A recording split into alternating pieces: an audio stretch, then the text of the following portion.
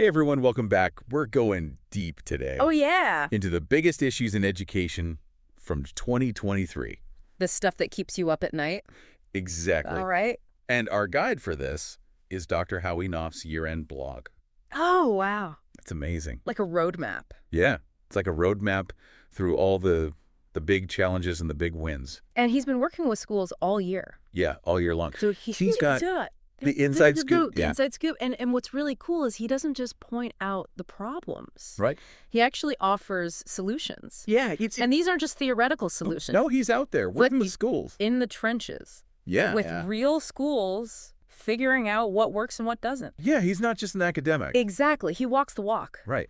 And in this blog post, he identified 5 major themes that emerged in 2023. Okay, so what are we talking about here? Oh, we've got everything. Lay that on me. From staff shortages. To the debate over social-emotional learning.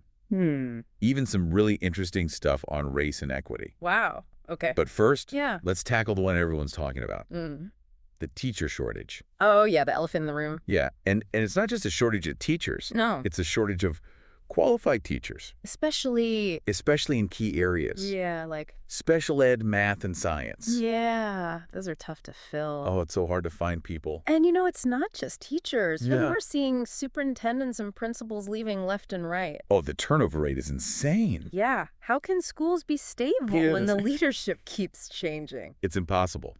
And it makes you wonder, Yeah. what's the solution? Yeah, what can we do? We've tried everything. I know. It's like a leaky faucet. You just can't fix it. Well, Dr. Nilnoff, he's got an idea. Oh, really? He suggests a 4-pillar approach. 4 pillars. Yeah. Okay, I'm intrigued. It's like a framework Okay. for the whole teacher career life cycle. Okay, so starting from attracting them and all the way through. All the way through keeping them happy and effective. I like it. So what's pillar number 1? Well, it all starts with getting the right people in the door. Makes sense. So pillar 1 is effective recruiting and hiring. Okay, so like finding those teachers who really make a difference. The ones who love what they do. Yeah, the ones who go above and beyond. Not just in it for the paycheck. Exactly. Knopf says we need more educators like that. And we need to support them. Yeah, from day one. From the very beginning. Okay, so that's recruitment. Yeah. But what about once they're in? We need to make sure they're actually good at teaching right. That's where the tenure with teeth idea comes in. Tenure with teeth. That sounds kind of intense. A little scary. I know, but it's not about punishing teachers. Right. It's about accountability. Okay, so how does it work? So by the end of their 5th year...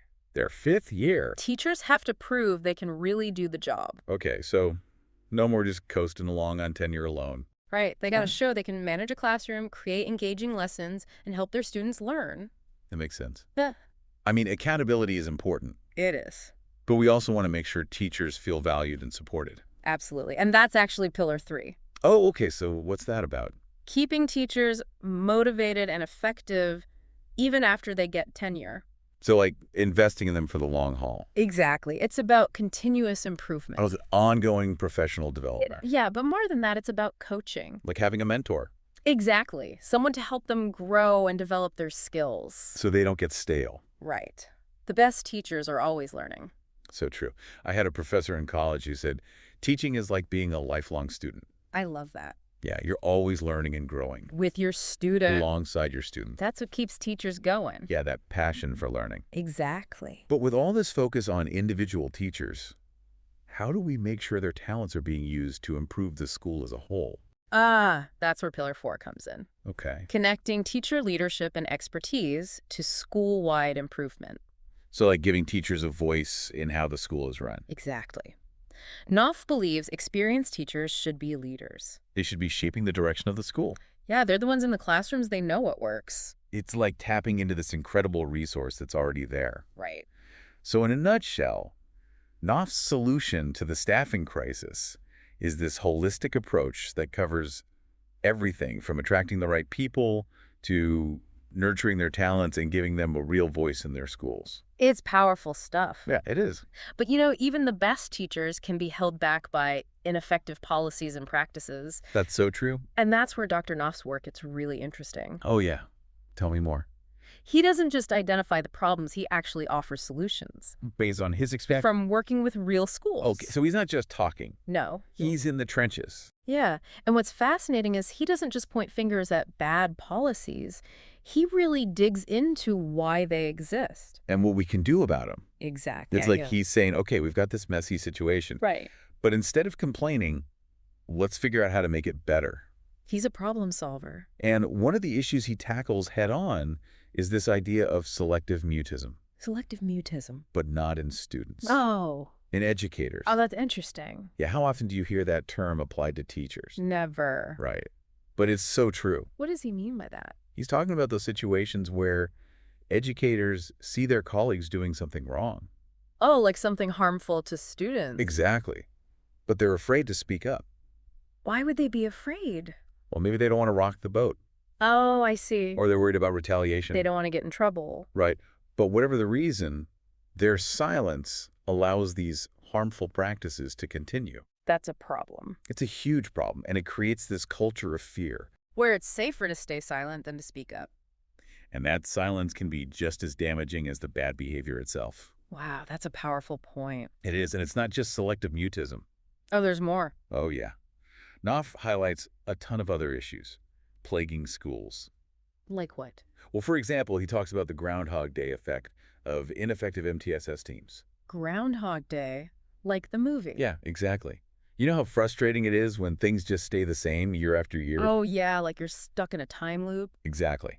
And Knopf argues that many MTSS teams get stuck in a rut. Doing the same things over and over. Even though they're not working. And expecting different results. Exactly. It's insanity. So what's the solution?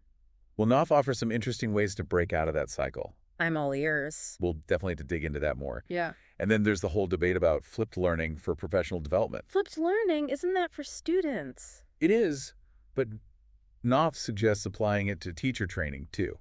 Okay. So how would that work? Basically, teachers would prepare for professional development beforehand. So like watching videos or reading articles. Exactly. And then they come to the sessions ready for deeper discussions. And to actually apply what they've learned. Right. It's about making professional development more engaging and effective. Especially for busy teachers. Yeah, they don't have a lot of time to waste. So it's about respecting their time. Exactly. But it's not just about changing how we train teachers. No, there's more. It's about looking at the policies themselves. Okay. Knopf talks about how some school policies actually undermine effective practices. Like what? Give me an example. Okay, so imagine a high school that has a lot of students who are behind. Okay. They need extra help to graduate. Right. But the school also wants to maintain its status as an effective school. Which means having a high graduation rate. Exactly. So they're forced to choose between helping those struggling students. And looking good on paper. Exactly.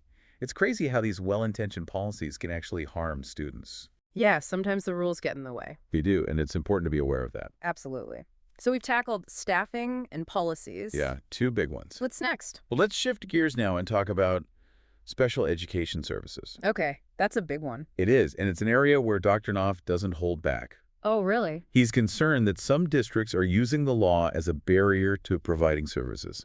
Instead of a framework for making sure students get the support they need. Exactly. It's like they're hiding behind the letter of the law. Instead of focusing on the spirit of it. Which is to meet the needs of all students. Regardless of their disability. And he highlights this really heartbreaking case from Virginia. Oh, what happened?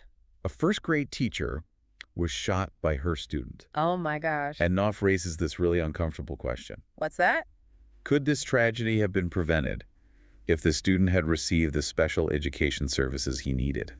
Wow, that's a heavy question. It is, and it makes you think about the human cost of these systemic failures. Yeah, when students fall through the cracks. And then he contrasts that tragic case with the inspiring story of Judy Heumann. Judy Heumann. She was a tireless advocate for disability rights. Oh, wow. And he uses her story to remind us that the fight for inclusive education is far from over. It's an ongoing battle. It is, and we can't give up. We have to keep fighting for our students. Exactly. We have a moral obligation to make sure all students have the opportunity to succeed. Okay, so we've talked about some pretty heavy stuff. We have. Where do we go from here? Well, before we get too deep into solutions, let's take a quick break and come back to explore the rest of Dr. Knopf's insights. Sounds good. I'm ready for more. Me too. Stay tuned. Yeah, things are about to get really interesting. They are. So we left off talking about solutions. Solutions, yeah. Big problems, big solutions. And Dr. Knopf, he really delivers on that. He does. You know, he doesn't just leave us with a bunch of problems and say, good luck. Right. He actually gives us some tools. Yeah, practical tool. To make things better. Exactly. So let's dive into that four-pillar approach to the staffing crisis. Oh, yeah, those 4 pillars. Do you remember what they were? Recruitment training, ongoing support leadership roles for teachers. Wow, you got it. But I'm curious, like, what does that actually look like in a real school? You mean like on the ground? Yeah, like say you're a school district and you're struggling to find teachers. They're desperate. They're desperate? Where do they even start? Right. Where do you even begin with this 4-pillar approach? Well, Dr. Knopf suggests starting with pillar 1, effective recruitment and hiring. So it's not just about posting a job ad. No, you got to be more proactive. You just sell it. Yeah, like what makes your school or district special? Right. What are the pokes? What kind of support do you offer new teachers? You got to highlight those things. Make it appealing. It's like marketing. It is. You're selling a product. And the product is a great place to work. Exactly. But, you know, sometimes even the best marketing isn't enough. Why not? You get these bright young teachers all excited. Full of energy. Yeah. And then they hit the reality of the classroom. You burn out. And they're gone within a few years. Yeah, that's why pillar 2 is so important. That training and induction. Especially the tenure with teeth system. Oh, yeah. That sounds intense. It does, but it's not about making tenure harder to get. It's about making sure teachers are prepared. To succeed. In the long run. So it's not just about checking boxes. No, it's about real skills. Like classroom management. Lesson planning. Yeah, the nitty-gritty stuff. The things that make a good teacher. And that's where mentorship comes in. Absolutely. Experienced teachers guiding new teachers. Sharing their wisdom. Providing feedback and support. So it's like a built-in support system. Exactly. You're not alone. Okay, so we've recruited some great teachers. And we've trained them well. But how do we keep them engaged? Year after year. How do we prevent that burnout? That's where pillar 3 comes in. Sustaining motivation and effectiveness. Keeping that fire burning. So it's not just about more professional development. No, it's about creating a culture of continuous improvement. Where teachers feel valued, respected, and empowered to grow. Exactly. It's about investing in them. Even veteran teachers need support. Everyone can learn and grow. So it's like having a personal trainer for your teaching practice. I love that analogy. Yeah, it's about constant improvement. And school leaders play a crucial role here. They set the tone. They create the environment. An environment where teachers feel safe to take risks. To try new things. And to learn from their mistakes. It's okay to not be perfect. It's about growth. Exactly. But with all this focus on individual teachers, how do we connect their talents to the big picture? You mean school improvement? Yeah, like how do we make sure all these amazing teachers are working together to make the whole school better? That's the brilliance of pillar 4. Aligning school improvement with teacher leadership. Giving teachers a voice.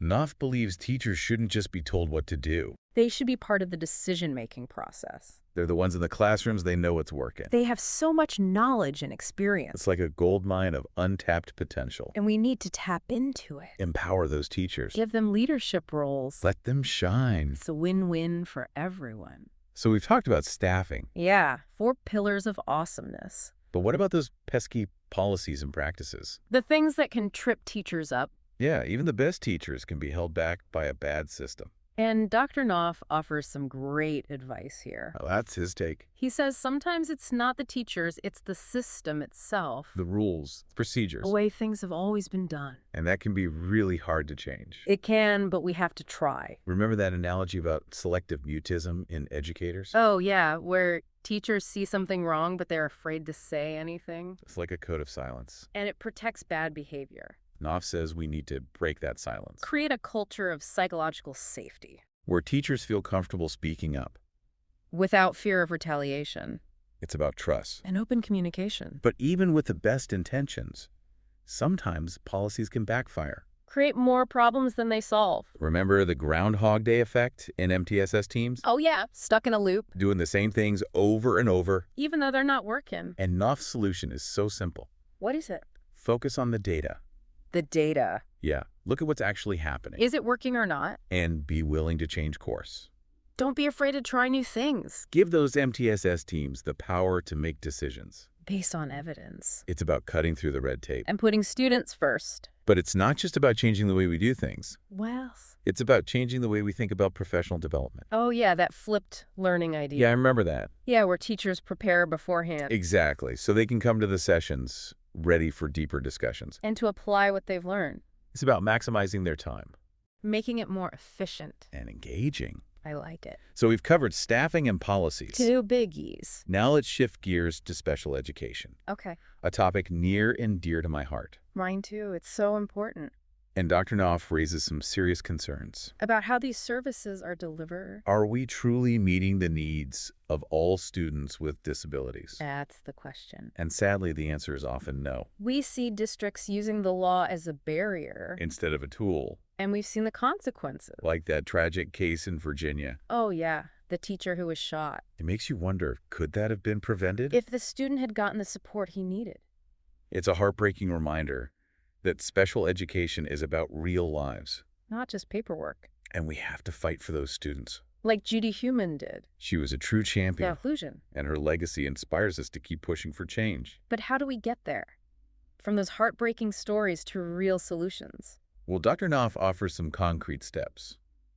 Tell me more. It starts with changing the mindset. From adversarial to collaborative. Working together, With parents. with teachers, With administrators. we're all on the same team. And our goal is to support the student. And that means being proactive, Identifying needs early on. finding creative solutions, And using the law as a tool. not a weapon.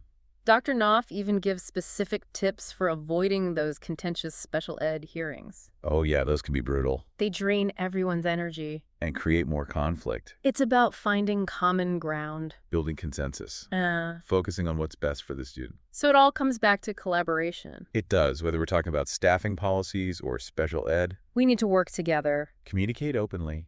and focus on shared goals. That's how we make a difference. And that brings us to our final topic. The mysterious world of SEL. Social emotional learning. It's the buzzword of the century. But what does it really mean? And is it actually working? We'll unpack all that and more in our final segment. Stay tuned. And we're back for the final part of our deep dive into the state of education. With Dr. Howie Knoff as our guide. He's been a fantastic guide. He's given us a lot to think about. He really has. And you know, we've saved a really buzzy topic for last. The one everyone's talking about. Social emotional learning. SEL? It seems like every school district has an SEL initiative these days. But as Dr. Knopf points out, there's a lot of variation in what that actually means. And whether it's actually making a difference. Right, some schools claim to be doing SEL. But they're not seeing any changes in student behavior. Exactly. It's like checking a box. Instead of really addressing the underlying issues. And one of the biggest pitfalls he highlights is how many schools are teaching emotional self-control the wrong way. Oh yeah, I remember him talking about that. It's like they're focusing on quick fixes. Telling kids to just calm down. But that doesn't really get to the root of the problem. So what's the right way to teach emotional self-control? Well, Dr. Knopf says it starts with understanding the science. The science of emotions. Exactly. It's not just about telling kids to calm down. It's about giving them the tools to actually manage their emotions. And he breaks it down into 4 key components. 4 components. Awareness, analysis, alternatives, and action. Okay, let's break that down. Awareness first. Right, so it starts with helping students become aware of their own emotions. Like, what are they feeling? And why are they feeling that way? What are those triggers that set them off? Once they can recognize those emotions, then they can start to analyze them. Analyze them. Yeah, like what happens if I react impulsively? What are the consequences? But what if I take a moment to pause and think? What are the benefits of that? It's about weighing the options. So it's not about suppressing those big feelings. No, it's about understanding them. Giving kids the space to process what they're feeling. And then they can start to generate alternative responses. Instead of just reacting. Exactly. Instead of lashing out or shutting down. Maybe they can take some deep breaths. Or remove themselves from the situation. Or talk to a trusted adult. Right. There are lots of options. And that's where the action piece comes in. Putting those alternatives into practice. Even when it's hard. Because it's not always easy. It takes practice. Like learning any new skill. It's like teaching a kid to ride a bike. You don't just throw them on and say, good luck. You start with training wheels. You hold onto the seat. You give them support and encouragement. Until they can ride on their own. That's a great analogy. Emotional regulation is just like that. It takes time, patience, and support. And it's a skill that benefits everyone. Not just kids. I mean, think about how many times you've wished you had reacted differently in a situation. Oh, all the time. We all have those moments. We can learn from them. And we can teach our kids to do the same. It's never too late to learn. And Dr. Knoff doesn't just talk about what works. He also debunks some common myths about SEL. Like the myth of the growth mindset. Oh yeah, that one's everywhere. Just teach your kids to believe they can improve and everything will be fine. But it's not that simple, is it? Dr. Knoff says a growth mindset is important. But it's not a magic bullet. You also need concrete skills and strategies. So it's not just about believing you can improve. It's about knowing how to improve. And having the tools to do it. It's about bridging that gap between theory and practice. Making sure SEL translates into real changes. In student behavior. And that brings us to our final theme. The elephant in the room. Race and equity in education. And Dr. Knoff doesn't shy away from this issue. He tackles it head on. He talks about those persistent disparities in funding. And resources. And he challenges us to look beyond those surface-level solutions. To really dig into the systemic issues. He's especially critical of the restorative discipline bandwagon. Oh yeah, a lot of schools are jumping on that. But Dr. Knoff says we need to be careful. It's not just about implementing a program. It's about creating a culture of respect and understanding. And he shares some really powerful stories about the importance of Black history education, connecting those historical injustices to the challenges we face today. He draws parallels between terrorism and historical oppression. And he emphasizes the need for empathy and understanding. Recognizing our shared humanity. You know, listening to Dr. Knoff's insights has been really inspiring. He reminds us that we can make a difference. We're not powerless. We can be the voice for those who are not being heard. So as we wrap up this deep dive into the state of education, I want to leave you with this thought. What's that? Be an active participant in the conversation. Don't just accept the status quo. Ask questions, challenge assumptions. And be a voice for positive change. Because we can all make a difference. No matter who we are. Whether you're a teacher, a parent, an administrator, or just a concerned citizen. Your voice matters. Use it. Speak up for what you believe in. And fight for a better future for all students. That's what this is all about. Thank you for joining us on this incredible journey. It's been an honor to share these insights with you. And we'll see you next time on The Deep Dive.